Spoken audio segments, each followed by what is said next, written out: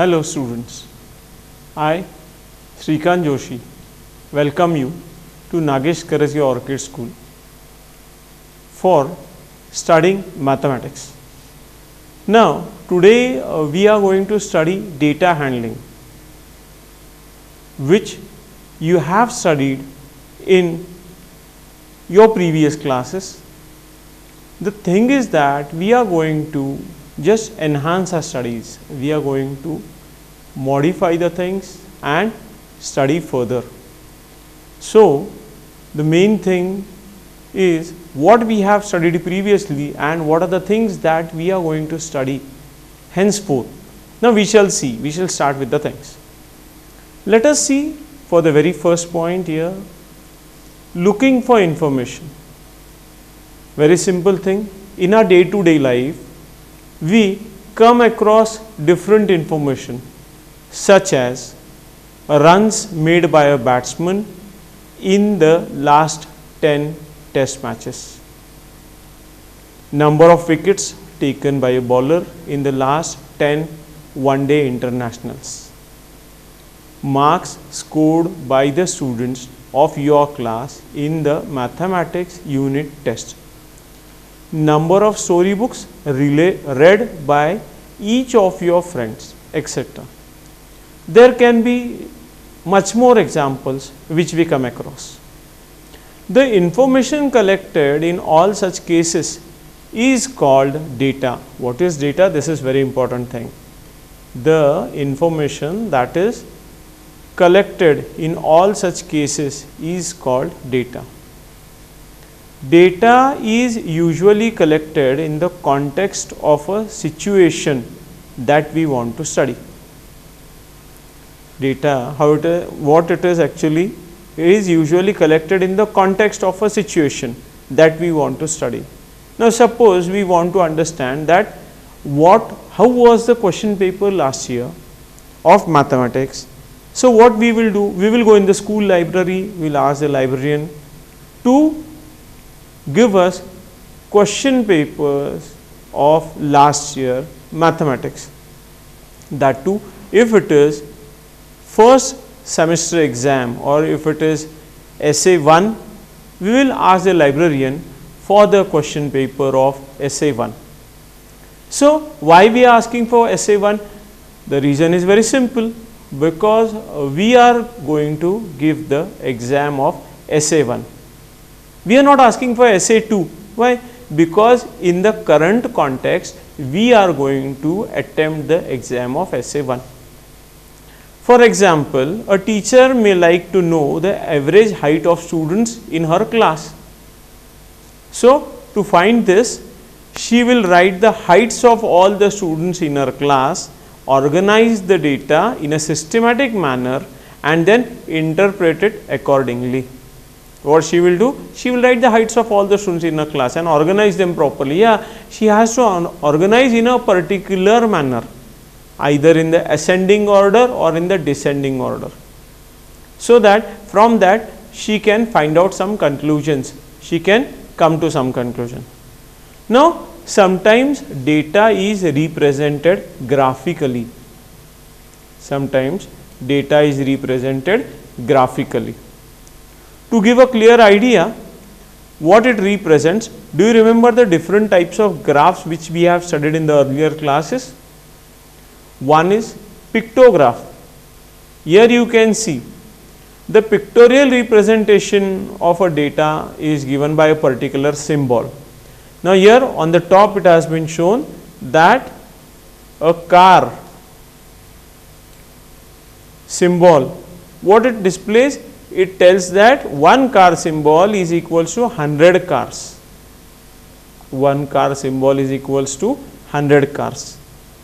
So below they have described something. In the month of July, the symbols are 2.5. One car 100, second car one more 100, third car half, means it is 50. Total became 250. August 3 cars 300, September 4 cars 400, how many cars were produced in the month of July? 250. In which month were maximum number of cars produced? In September. Why? Because we can see 4 symbols there of the car. So 400 cars, that is maximum. Proceeding further, a bar graph. Now this is what? This is, we are representing the data in different forms so that we can study it properly, so that we can find out the information from it. Now a bar graph is what? A display of information using bars of uniform width, their heights being proportional to the respective values. You can see in the figure here that these bars are of uniform width, and what about their heights? They are proportional to the respective values. Now this is x axis and this above one y axis, means what? Horizontal x axis, vertical y axis. Now what is the data? Let us understand what is written below on x axis. On x axis it is showing 2003-4, 2004-5, similarly 2007-8. What are these? It is described below, academic years. And what about on y axis? Number of students in class 8, 50, 100, 150, 200. These are the values that are being written there. Now what it shows? In the academic year 2003-4, here you can understand that the bar is somewhat touching 100. You can see here it is touching 100. Means what? How many number of students were in class 8 in the academic year 2003-4? The answer is 100. Similarly 2004-5, you can see it is touching 200. You can understand here it is touching 200. In 5-6 it is touching 250. In 6-7 it is 300. And in 7-8 it is 350. I hope you are understanding the things. Bar height, now what is written in the cloud there, it is described. Bar heights give the quantity of each category. Yeah, what they are saying? Quantity of each category. What is the quantity here? The number of students in the class 8. And bars are of equal width with equal gaps in between. Yeah, this is also described here. It has been informed us that the bars should be of equal width with equal gaps in between. Proceeding further, below some questions are there. What is the information given by the bar graph? The very first question is, what is the information given by the bar graph? The information given by the bar graphs is, in the academic year, in a particular academic year, what are the number of students, or what were the number of students present in class 8? The academic years have been on x axis, it is, they are been mentioned here, 3, 4, 4, 5, 5, 6, 6, 7, 7, 8. So it is what? Number of students present in class 8 in a particular academic year. The bars are representing those data. What they are asking? The next question is, in which year is the increase in the number of students maximum? Now children, understand the question properly. In which year is the increase in the number of students maximum? Children, 2003-4, 100 students, 4-5, 200 students, then 250, 300, 350. Means from academic year 4, after academic year, instead of saying from, after academic year 4, 5, every year 50 students got increased. So, in which year the increase in number of students was maximum? It was in the year 2004-5. Why? Because in the year 2003-4 the number of students were 100, and in 4-5 the number of students are 200. That is the maximum increase. Why? In the remaining consecutive years the number of students is 50 each. Okay. In which year is the number of students maximum? You can understand here, in the year 2007-8. In the year 2007-8 the number of students are 350. So, they are maximum. Now, state whether true or false. This is all based on the bar graph that is been shown to us. The number of students during 2005-6 is twice that of 2003-4. In 2003-4 number of students were 100, and in 2005-6 they were 250. 250 is twice of 100? No, twice of 100 is 200. So, this is false. State whether true or false. The number of students during 2005-6 is twice that of 3-4. No, it is false. Now, let us move to the next type of graph, double bar graph. A bar graph showing two sets of data simultaneously. It is useful for the comparison of the data. Please understand very properly what is the use of the bar graph, double bar graph. It is for the comparison of the data, where two sets of data, that is important, two sets of data simultaneously is been represented there. Now, you can see here on x axis subjects are mentioned, on y axis marks obtained by a student. Do not forget this word, a.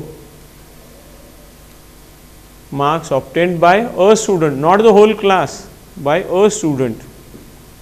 Now, what is the comparison? You can see the color of the bars are different. 2005-6 is one bar that is representing, and second bar is representing 2006-7. So, the students' marks that he has scored in 2 academic years are being compared here. First, mathematics. In 2005-6 he got 30 marks, and in 2006-7 he got 60 marks. For social science, in 2005-6 he got 50 marks, and in 2006-7 he got 55 marks. Approximately I am explaining this. Why? Because it is not exactly touching the 60 mark. You can understand here. Here I have drawn for your reference. It is not touching the 60 mark. So, what I have done? It is below 60. I have considered it as 55. Similarly, for science, English, Hindi. The subjects mentioned further are science, English, Hindi. Now, what is the information given by the double bar graph? Simple question. What the answer will be? The information is the comparison of marks, or we can say the information is the marks obtained by a student in academic year 5-6 and 6-7. That is the information given by the double bar graph. In which subject has the performance improved the most? Please observe the bars carefully. In mathematics, in 5-6 he scored 30 marks, and in 6-7 he scored 60 marks. Social science, not a big gap, you can understand between the graphs, the height of the bars you can understand. Science, English, Hindi. So what happened? In which subject has the performance improved the most? In mathematics, the performance has been improved the most. In which subject has the performance deteriorated? It is in English. The performance has come down. The performance has come down.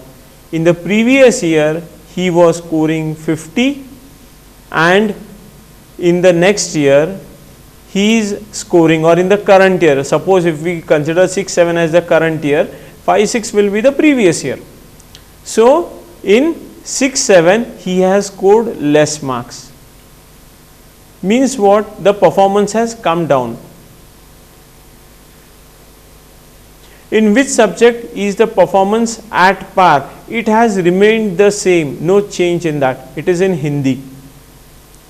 Because the height of both the bars is equal, it is not changing.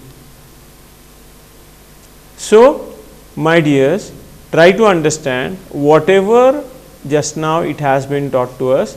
Pictograph, symbol. Come to bar graph. Information is displayed of units. That is, what is the unit here? Class 8 is that, and that class 8 number of students in different academic years is being displayed here. And the third type that is being explained to us, that is double bar graph. What it is? It is the comparison of the data of whom? Of a single student. Of a single student. Of, you can see here what is written here, marks obtained by a student. So, this is the thing that has been displayed here. Proceeding further,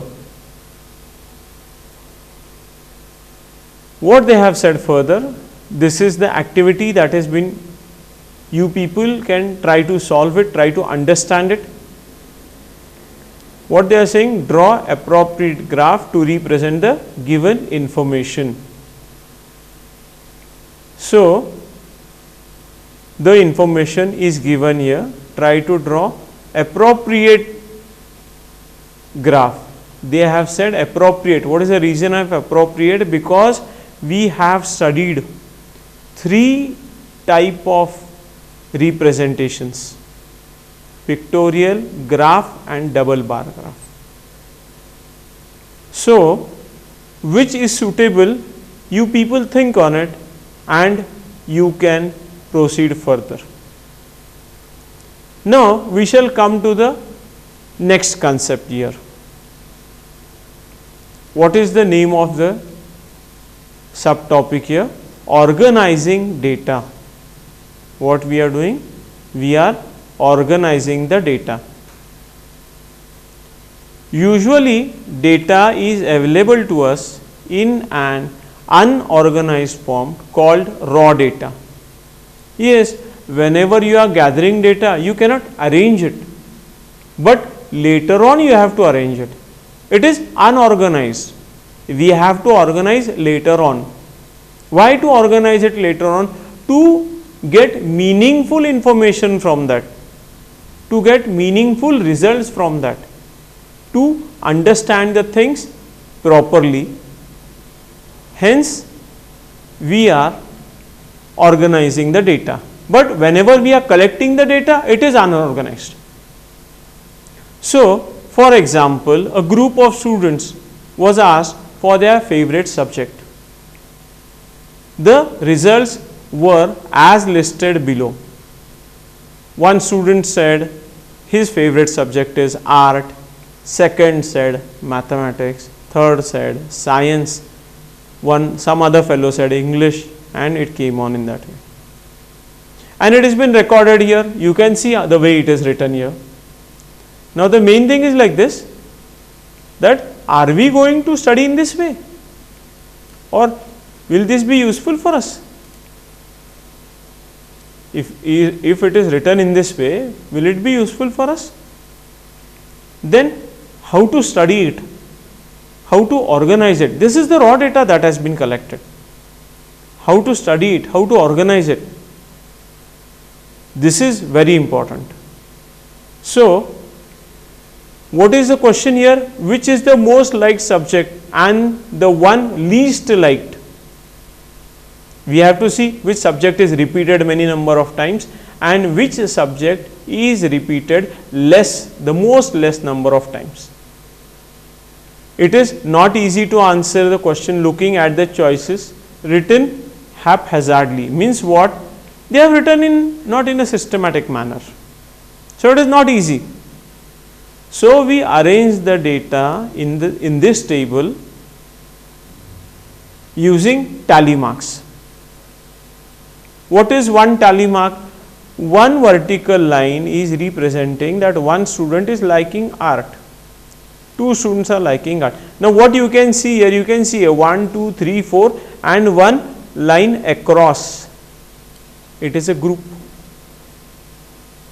So we make a group of 5 each in tally marks. This is a standard thing.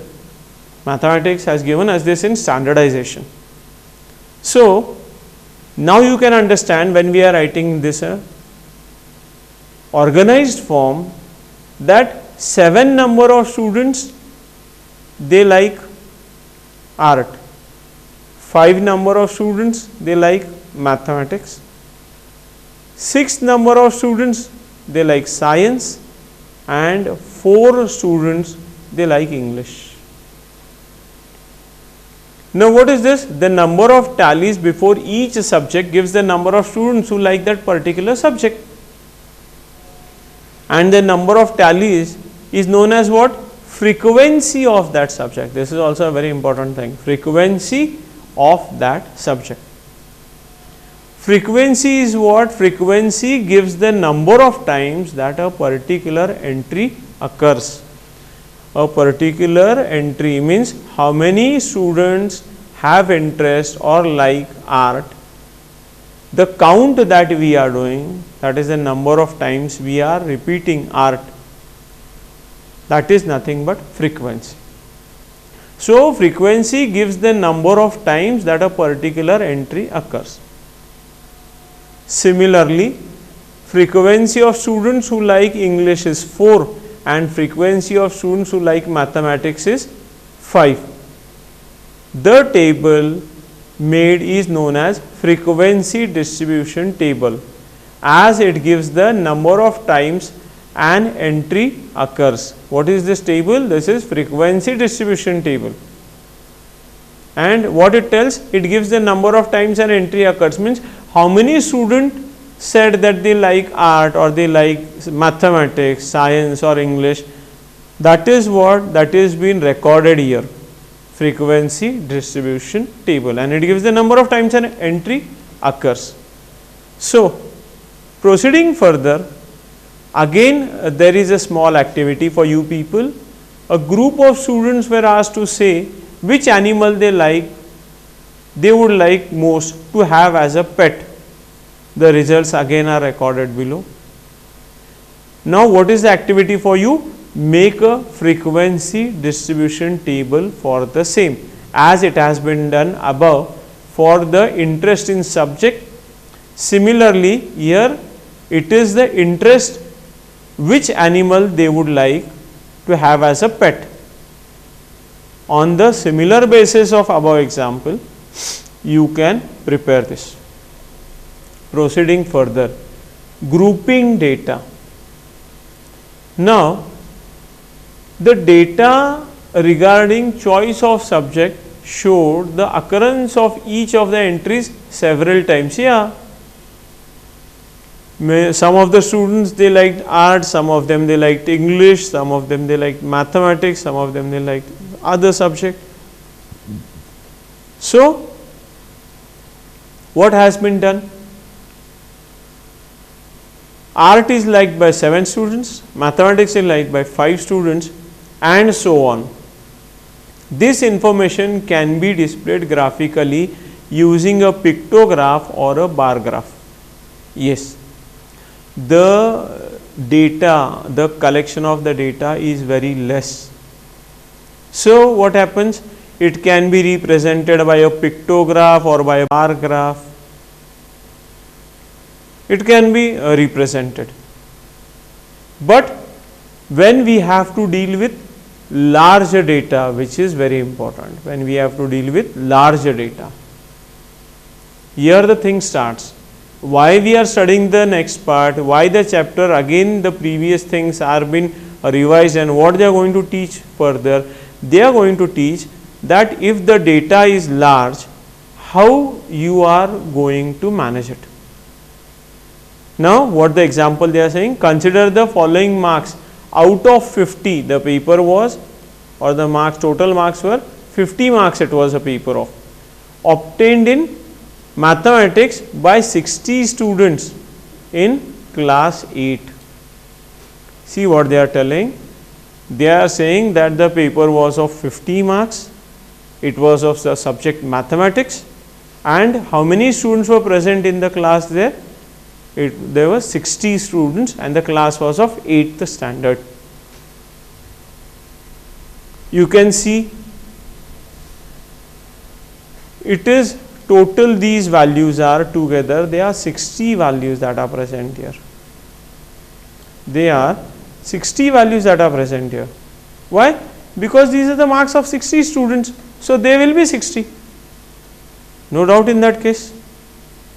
If we make a frequency distribution table for each observation, then the table would be too long. So for convenience, we make groups of observations, and what the groups have done, say 0 to 10, 10 to 20. How the groups are done? 0 to 10, 10 to 20, and so on, and obtain a frequency distribution of the number of observations following in each group. Thus the frequency distribution table for the above data can be in this way. You can see the groups 0 to 10, 10 to 20, 20 to 30 till 50 to 60. Tally marks you can see there, and you can see in the frequency 2 students are scoring marks between 0 to 10. 10 students are scoring the marks between 10 to 20. 21 students are scoring the marks between 20 to 30. 19 students are between 30 to 40. 7 students between 40 to 50, and 1 student between 50 to 60. So what is this? Data presented in this manner is said to be grouped, and the distribution is called grouped frequency distribution. What it is said? It is called as grouped frequency distribution. Why? Because you have done a group, and that was suitable. It helps us for meaningful results. Inferences means results. Like most of the students have scored between 20 and 40. 8 students have scored more than 40 out of 50, and so on. Each of the groups 0 to 10, 10 to 20, 20 to 30 is called a class interval, or briefly a class. So in this way we can understand what is grouped frequency distribution table. Children, previously we had studied the data in ungrouped manner. Now we are going to study in a grouped manner. We shall conclude this session here by starting the studies in a grouped frequency distribution, and in the next session we shall continue further. Till that time, take care. Thank you.